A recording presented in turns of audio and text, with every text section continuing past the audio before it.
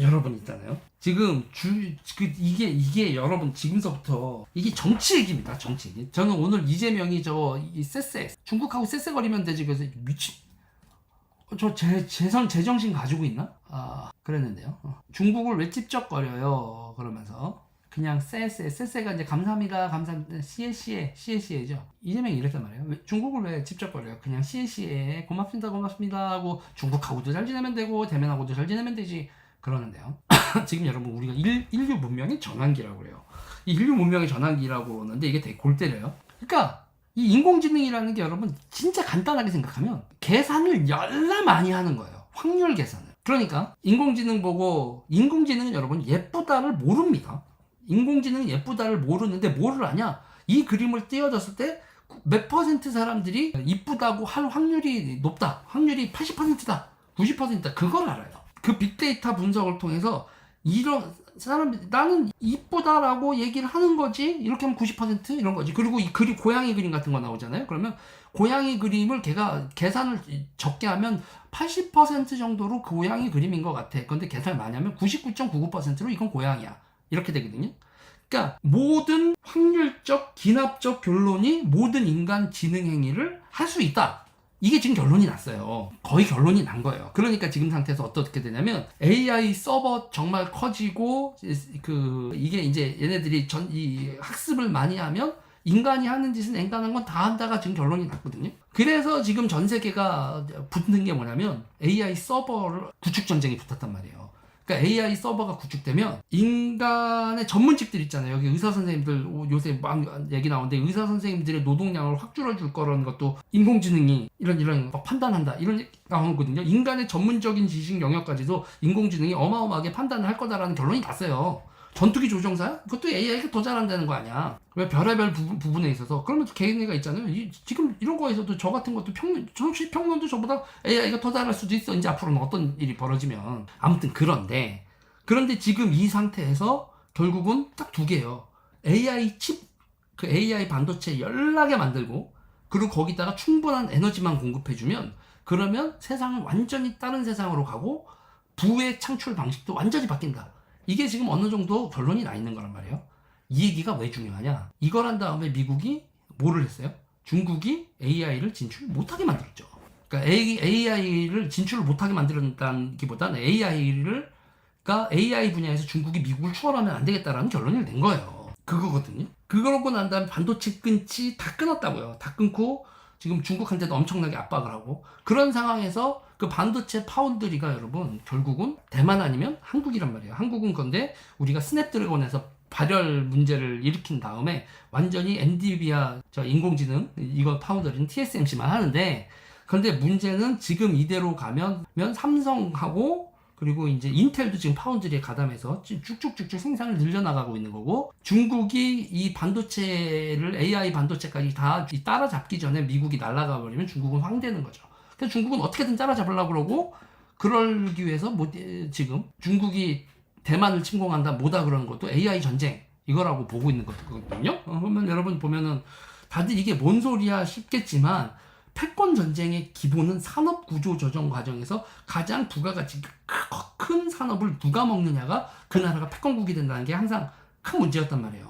그래서 설탕 가지고 영국하고 프랑스하고 캐리비안에서 엄청나게 싸웠죠. 그러고 나서 이제 목화 가지고도 엄청나게 난리치고 면 가지고도 인도에서도 난리치고 그다음에 육두구 정양 이런 거 가지고 슐라웨시 제도 이런 데서 영국하고 네덜란드에서 지랄나고 그다음에 석유 시대가 온 다음에 일본하고 미국하고 뭐 독일하고 다들 지랄이 나고 2차 세계대전 이런 게 벌어지는 게 항상 산업 구조 교정이 벌어지면서 가장 부가가치가 큰 분야가 이렇게 역대급으로 이렇게 흘러가면서 그때마다 패권 전쟁이 벌어지는 거고 지금은 인공지능이 패권 전쟁의 핵심 키 산업이라는 거란 말이에요, 여러분. 그 산업 이 과정에서 우리가 그 한가운데 있는 거예요. 한국이 파운드리 능력을 어느 정도로 확보를 하느냐에 따라서 TSMC 플러스 한국 앤드 TSMC의 미국 공장, 일본 공장, 기타 등등의 인공지능 반도체 생산을 얼마만큼 빨리 하느냐가 중국, 러시아 이쪽권하고 이쪽하고의 문명 차이를 확 벌어진다게 하는 거란 말이에요.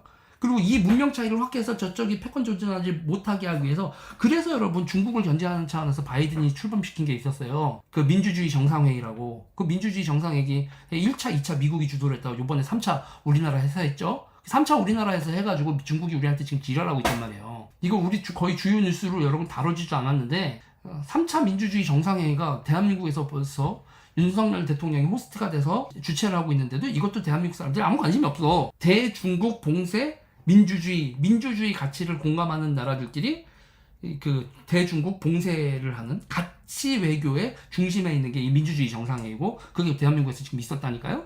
오늘도 있었어. 네, 우리 정부가 지난 18일 그래서 이게 오늘 이게 여러분 이렇게 있었다고. 근데 이것도 전혀 반응이 없죠. 그러면 여러분 있잖아요. 우리가 제3차 민주주의 정상회의를 대한민국에서 하고 화상회의를 전 세계 50개국 민주주의 국가들이 이렇게 돼 있어요. 그럼 중국이 어떻게 나오겠어요? 한국 니네 미국 앞잡이 하지 말라고 지금 지랄하고 있거든요. 그러니까 중국이 양회가 끝난 상황에서 시진핑하고 지금 중국 외교부에서도 니네 지금 미국 앞잡이에서 제3차 민주주의 정상회의 개최하면서 주접 떨고 있는데 하지만 이런 식으로 중국에서 메시지가 나오는 그러는 와중에 이재명이 오는 중국하고도 그렇고 왜 이렇게 나대냐고 왜 중국을 찝쩍거리고 나대냐 이거 이재명이 이렇게 얘기를 한 게 제3차 민주주의 정상회의 그거를 엿을 매기는 얘기예요. 이게 그냥 이재명이 그냥 얘기를 한 게 아니라 제3차 민주주의 정상회의가 대한민국에서 지금 벌어지고 있고 그거에 대해서 중국이 빡을 치고 있는데 그거에 대해서 이 인간이 이렇게 얘기를 한 거라고요. 중국을 왜 찝쩍거리냐고. 근데 여러분 이건 여러분 그냥 우리가 남의 나라 얘기가 아니라 우리는 칩4 동맹의 일원이고 우리가 지금 몇 가지 기술적인 문제를 극복을 하면 우리도 HBM 반도체나 그냥 그런 반도체뿐만 아니라 AI 반도체 파운드리의 지분도 우리가 앞으로 2030년까지 전략적으로 늘려야 되는 나라라고요. 그래서 저는 여기서 정말 열을 받는 거예요.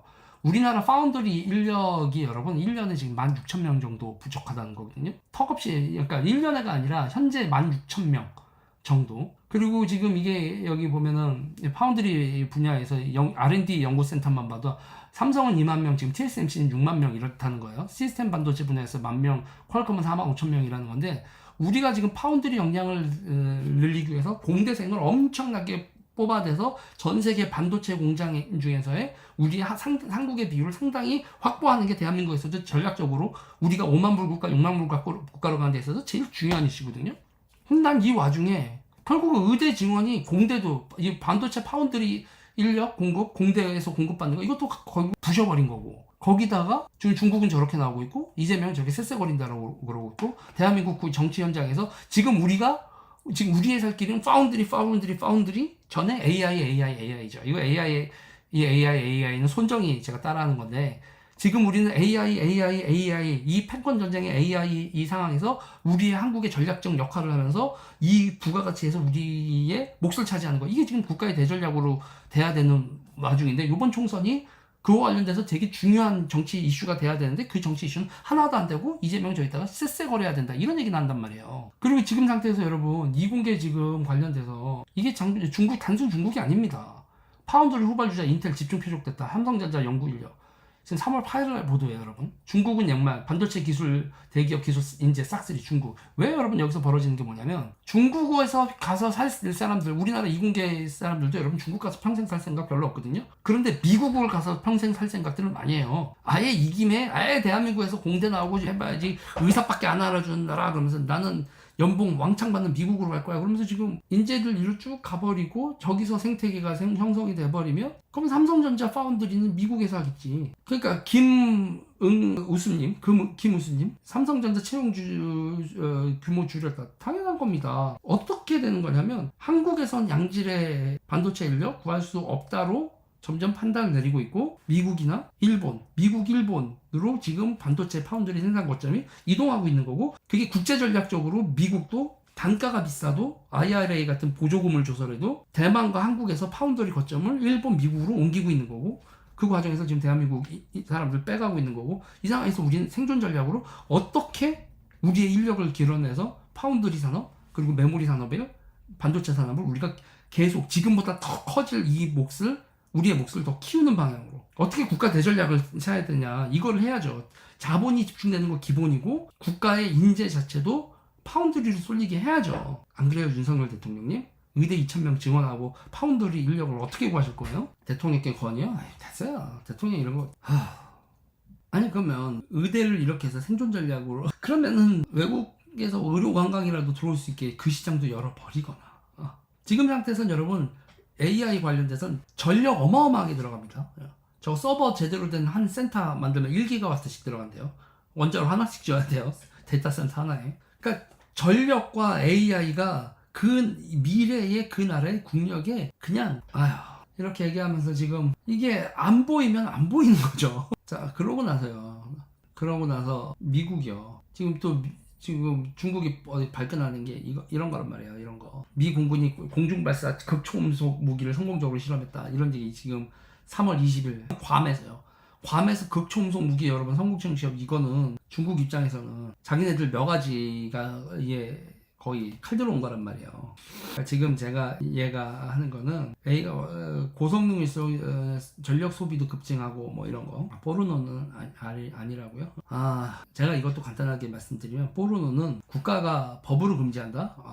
지금 선진국에서요, 자유민주주의 국가에서요. 볼 사람 보고 안 볼 사람 안 보는 거지. 국가가 금지한다. 그리고 이 산업적 가능성을 밟아버린다. 참 팔자 좋은 나라죠. 대한민국이 이런 판단을 내릴 만큼 지금 이런 이게 소셜미디어 분야에서 실질적인 가장 큰 분야인 포르노 SNS, 포르노 소셜미디어를 우리가 그냥 등지고 간다? 도대체 우리나라는 자유민주주의하고 시장경제라든지 부가가치에 대해서 뭐로 생각을 하는 걸까? 저는 좀 갸우뚱하게 돼요. 정치는 도덕이 아닙니다, 여러분. 그리고 이건요, 글로벌 트렌드 있잖아요. 글로벌 트렌드에서 지금 어떤 산업이 폭발적으로 늘고 있는지에 대해서는요. 그리고 그 중에서 우리가 할 수 있는 산업이 뭔지에 대해서는 생각을 해야 돼요. 세계 3차 대전 그런 얘기도 나오죠. 찌보다 윤통이 100배 낫죠. 토끼양님 죄송한 얘기지만 찌시였으면 의료 정원 눈치 보면서 했지 이렇게까지는 안 했을 것 같은데 의사 선생님들의 저항을 이런 식으로 민주당이 이렇게까지 2,000명으로 이렇게 간다?